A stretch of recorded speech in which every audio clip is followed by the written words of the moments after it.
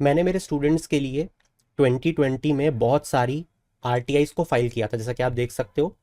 Way back on 15 मई 2020 को मुझे ये आरटीआई का रिप्लाई मिलता है। मैंने यहाँ पे इंफॉर्मेशन सॉर्ट की थी from union public service commission. देखो, बहुत सारे डाउट्स रहते हैं स्टूडेंट के मन में, जैसे कि मेरे नंबर ऑफ अटेम्प्ट अगर मैं भूल गया हूँ तो उसे कहाँ से पता कर सकते हैं।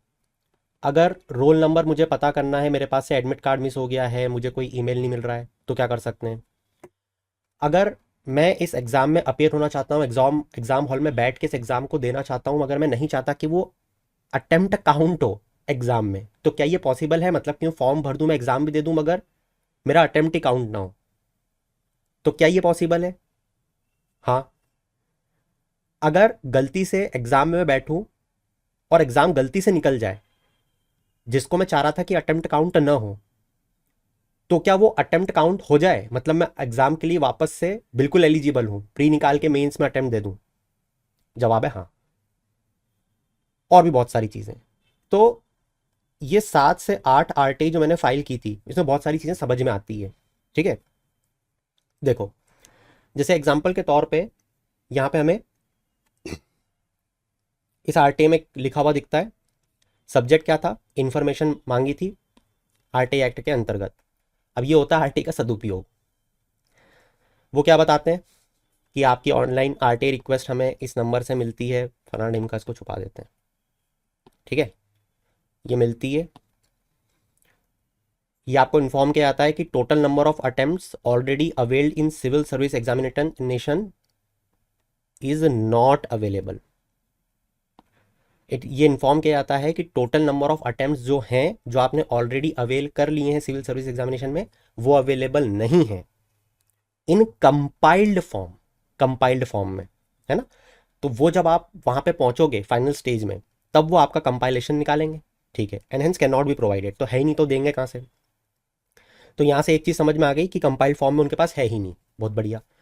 अब जब मैं यहाँ पे अपना फॉर्म भर रहा हूँ, मतलब कि एडमिट कार्ड लेने के लिए, समझ गए, जब सबसे पहले फेज में, तो यहाँ पे जो बेसिक इन्फॉर्मेशन मुझसे मांगी जा रही है वो है मेरा नेम, मेरी डेट ऑफ बर्थ, मेरा फादर्स नेम, मेरी मदर्स नेम और मेरा एड्रेस।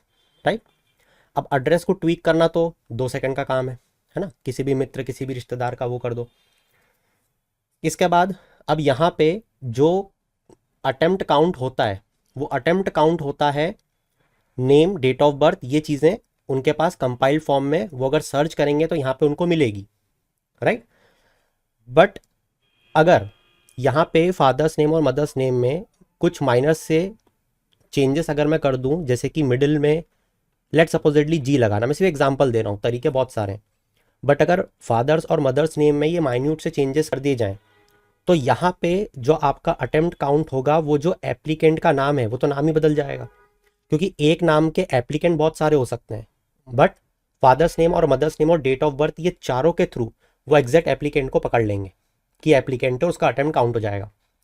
अब यहाँ पे अगर आपने इसमें चेंजेस करे हुए हैं, जो कि अगेन यहाँ पे आपको फादर्स नेम और मदर्स नेम में, जो आप अगर आधार कार्ड लगा रहे हो तो उसमें आपको चेंजेस करने की पूरा अधिकार है ना। तो वहाँ पे नेम चेंज हो गया, वहाँ से नेम चेंज होके आपका ये जो OTR है वो नया बन गया, one time registration OTR file होके और बन के आपका फॉर्म सबमिट हो गया और इससे एडमिट कार्ड निकल गया, एप्लीकेंट का नाम दूसरा हो गया। अब अगर ये एप्लीकेंट जो यहाँ पे इंटेंशनली चीज़ों को भर रहा है, जो कि नहीं चाहता है कि मेरा अटेम्प्ट काउंट हो, अब उसको अटेम्प्ट अगर काउंट करवाना है, क्योंकि गलती से उसके एग्जाम निकल गई है, तो पहले जो अटेम्प्ट काउंट नहीं करवाना चाह रहे थे, क्या वो भी यहाँ पे अब अटेम्प्ट काउंट करवा सकते हैं। अटेम्प्ट काउंट करवाने के लिए अब उसको वापस से यहाँ पे माइन्यूट चेंजेस करके एफिडेविट लगवाना पड़ेगा कि एक ही चीज़ है, या फिर न चेंज करवा के एफिडेविट लगवाना पड़ेगा कि वो जो फादर्स नेम और मदर्स नेम मैंने पहले पुट किए थे उसमें ये चीज़ एक्स्ट्रा है, जबकि ये चीज़ नहीं आनी चाहिए, ये एक एफिडेविट है, हम सब एक ही हैं। समझ रहे हो। तो बिल्कुल ये वैसी प्रोसेस है जैसे हम अपने सर्टिफिकेट्स में करते हैं, जैसे EWS, अब वो किसी का भी बन सकता है ना। तो वो जिस तरीके से प्रोसेस चलती है, ये प्रोसेस भी यहाँ पे वैसी ही चलती है। समझ रहे हो।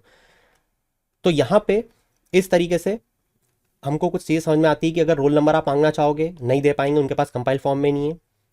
कितने अटेम्प्ट दिए हुए हैं, उनके पास कंपाइल फॉर्म में नहीं है, नहीं बता पाएंगे। अटेम्प्ट कैसे काउंट नहीं करवाना है, और अगर हो जाता है तो कैसे काउंट करवाना है, ये भी हमको यहाँ से समझ में आता है आरटीआई के थ्रू। क्लियर? तो ये जो कुछ इन्फॉर्मेशंस हैं, अब क्या ठीक है, समझ रहे हो, तो इसका यूज़ मल्टीपल जगह से लिया जा सकता है। और अब रही बात मेडिकल करवाने की,